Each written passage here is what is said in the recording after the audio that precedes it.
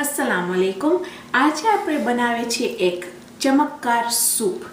આ સૂપ છે બટેટા ને ડુંગળીનું સૂપ ને જે આ ડુંગળી છે એનું હું તમને ફોટો બતાવીશ। એ લાંબી લાંબી ડુંગળી આવે છે ને એનો આપણે લીલું ભાગ ફેંકી દેશું, ખાલી એનો ધોળું ભાગ વાપરશું ને એને કે છે લીક એન્ડ પોટેટો સૂપ। હવે આ લીક જે છે ખાલી એક ચીજ તમે મેક શ્યોર કરજો કે તમે ફાઇન રીતે એને એક એક પડ એની તમે ધોઈ નાખો, કારણ કે આ જે ડુંગળી છે એ જમીનની અંદર ઉગે છે તો એની અંદર એમાં બહુ તમને દેખાશે ડર્ટ દેખાશે એની અંદર, ધૂળ ને એવું બધું દેખાશે એની અંદર। તો મેક શ્યોર કે તમે ફાઇન તેને વોશ કરી નાખો। તો ચાલો આપણે શરૂ કરીએ। અહીંયા છે મારી પાસે આપણે 3 ચમચી એને બટર વાપરશું। એક પણ જાતનું તમારી પાસે નિમક વગરનું બટર હોય એમાં નાખશું આપણે 3 ચમચી મેદા। પછી છે અહીંયા મારી પાસે 1 ચમચી લસણ અને આદું। અહીંયા આપણા પાસે છે લીક, જેને હું કીધી તમને આપણે 2 કપ લીક છે। અહીંયા છે મારી પાસે 4 થી 5 કપ બટેટા, જેને હું ધોઈ સાફ કરી અને નાના નાના પીસીસ કાપી નાખી છું। નિમક, મરી અને અહીંયા છે મારી પાસે હેવી ક્રીમ, જે આપણે હેવી ક્રીમ એને છેલ્લે બાકી નાખશું। જો તમને હેવી ક્રીમ ના મળે, તમને ઘાટું દૂધ નાખવું હોય કે ફ્રેશ ક્રીમ નાખવું હોય તો તમારા ઉપર છે। ને અહીંયા છે મારી પાસે બીફ સ્ટોક। બીફ સ્ટોક એટલે જ્યારે પણ હું ગોશ બાફું, મારું ચિકન છે કે મારું ગોશ છે, તો હું એનું પાણી રાખી દઉં, કારણ કે એમાં એટલું બધું ફ્લેવર હોય છે। અને મારો જ્યારે ગોશ બફાય છે એમાંથી બધી ચામડી નીકળી જાય છે, તો આ ચામડી વગરનું, ફેટ વગરનું મારું સ્ટોક છે। હવે તમે એમ પૂછા કહી શકશો કે જો મારી પાસે સ્ટોક ના હોય તો હું શું કરું? તો વાંધો નથી, તમે પાણી નાખજો એની અંદર। અહીંયા છે લગભગ 3 કપ પાણી આ સ્ટોક છે મારી પાસે, ને એની અંદર જો આપણે જરૂર પડશે તો આપણે વધારે પાણી એડ કરશું। ને જો તમારી પાસે બર્બ્યુલોન હોય, જે આવે છે સૂપનું મિક્સ આવે છે, એ તમે એની અંદર નાખી શકો છો। તો ચાલો આપણે શરૂ કરીએ। આ સૂપ વાર નથી લાગતી, એટલું જ કે આપણે ચૂલા ઉપર રાખી અને ખોબરું ખપશે કે આપણા બટેટા ને ડુંગળી સાવ પાકી જાય, પછી આપણે એને બ્લેન્ડ કરી નાખશું। તો ચાલો પહેલાં આપણે એની અંદર નાખશું આપણું માખણ। અને જો તમારું પાસે આમ ફાઇન પોટ કે સુફરિયું હોય જરાક મોટું તો સારું, તો શું ફાઇન રીતે અંદર બધું પાકે।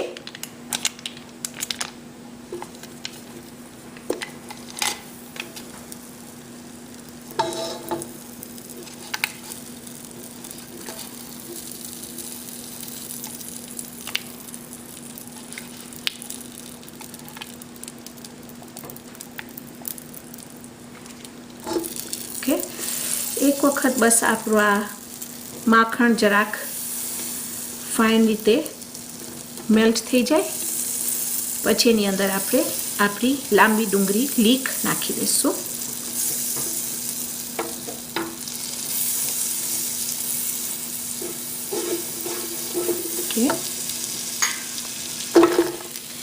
હવે આ જે લીક છે આપણે ચૂલા ઉપર રાખશું, એને ફાઇન રીતે, કે આપણે નથી ખપતું કે જરાય પણ એનું રંગ ચેન્જ થાય, એટલે બદામી કલર કે બ્રાઉન કલર ના થવું જોઈએ, એટલું જ કે ખાલી જરા પોચું થઈ જાય આપણું લીક।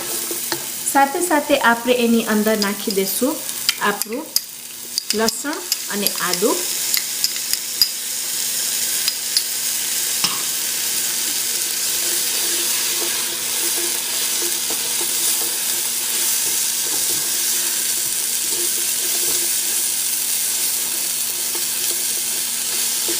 અને ઓલરેડી એની સુગંધ એકદમ સરસ આવે છે।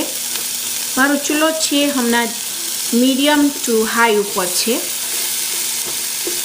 પણ બિકોઝ હું ફરાઉં છું એટલે, પણ જો તમે બીજું કંઈ કામ કરતા હો તો પછી તમે જરાક એનું ઓછું રાખજો તાપ, તો શું એનું રંગ ચેન્જ ના થઈ જાય।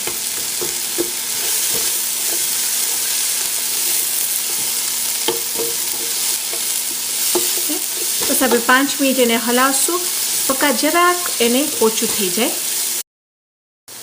સો અહીંયા તમે જોશો કે જરાક ઓછી થઈ ગઈ છે આપણી ડુંગળી, અને મને નથી ખપતું કે એનું રંગ ચેન્જ થાય, તો બસ હવે આપણે નાખી દઈશું એની અંદર લોટ।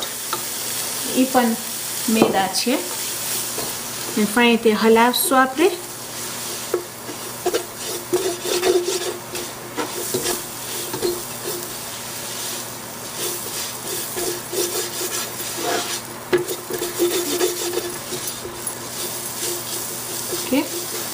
પછી એની અંદર હું નાખીશ આપણું સ્ટોક કે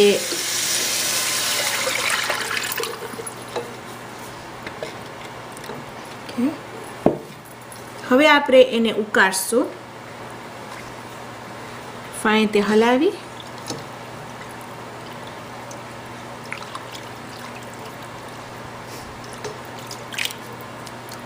ઓકે. પછી એની અંદર આપણે નાખી દઈશું આપણા બટેટા.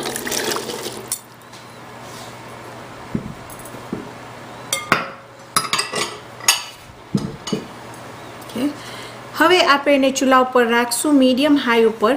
પક્કા આપણા બધાય બટેટા ફાઇન રીતે સોફ્ટ ને પાકી જાય ફાઇન રીતે. એક વખત પાકી જશે એટલે આપણે આવીને એને બ્લેન્ડ કરશું. એની અંદર હું હમણાં થોડુંક નિમક નાખી દઉં છું કે શું એનો સ્વાદ ફાઇન આવે.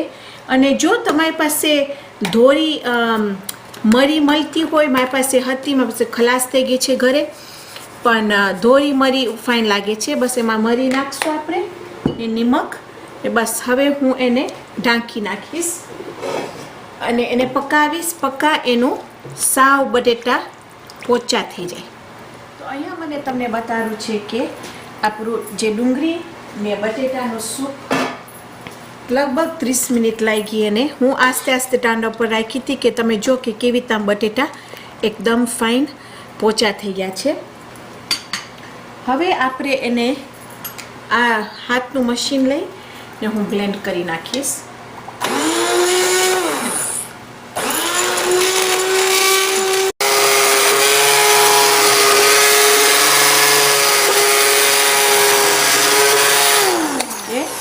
તો જો આટલું ફાઇન તે એક રસ થઈ ગયું છે અહીંયા.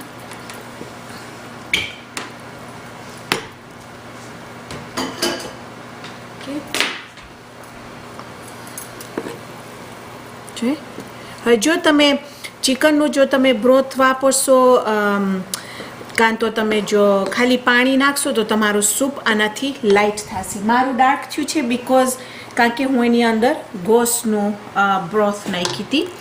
હવે આપણે એની અંદર નાખશું લગભગ 1 કપ હેવી વિપિંગ ક્રીમ.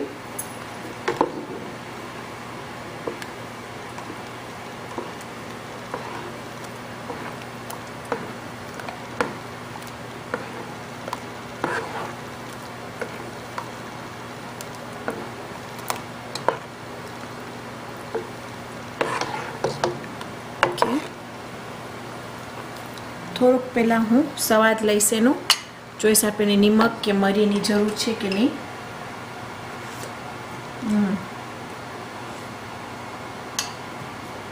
એનું સ્વાદ એટલું મસ્ત છે, એટલું આમ ક્રીમી છે અને સખત એનું ટેસ્ટ બહુ જ ફાઇન થયું છે સૂપનું.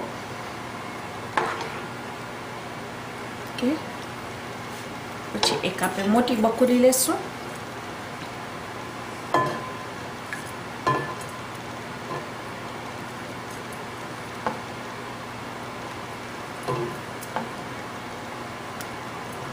હું તમને બતાવીશ કે આપણે એને ઉપર કેવી રીતે આમ જરાક સજાવશું કે આમ ફાઇન લાગે.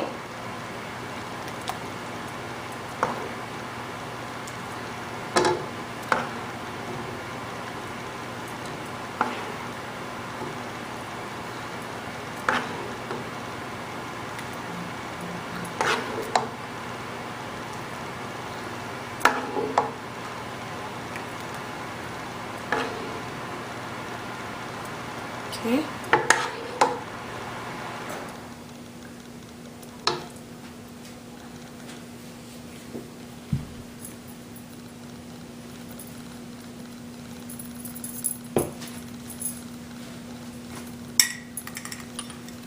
એના ઉપર આપણે થોડીક કોથમીરને છાંટશું.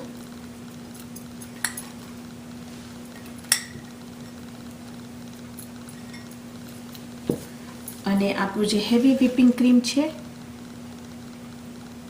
એને આસ્તેથી